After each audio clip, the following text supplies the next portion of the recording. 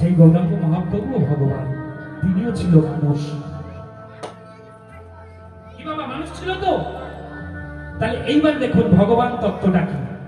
ভ গ ব আ দন্তান্ন ভগবান।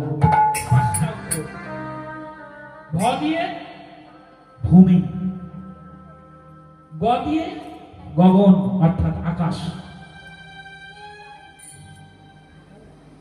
ব দিয়ে বায়ু অর্থাৎ বাতাস, আ দিয়ে আগুন, আর দন্তেন্য হলো নীর, নীর মানে হলো জল।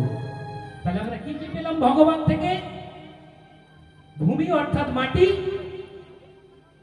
গগন অর্থাৎ আকাশ, বায়ু অর্থাৎ বাতাস, আগুন, আর নীর, নীর মানে হলো জল। এই পঞ্চতত্ত্ব দিয়ে আমার আপনার প্রত্যেকের শরীর গঠন করা। ভগবান প্রত্যেকের শরীরে বিরাজমান, কেউ তাকে ঘুম পাড়িয়ে রাখে, আবার কেউ তাকে জাগৃত করে রাখে। যে জাগাতে পেরেছে সেই ভগবানের আসন দখল করেছে।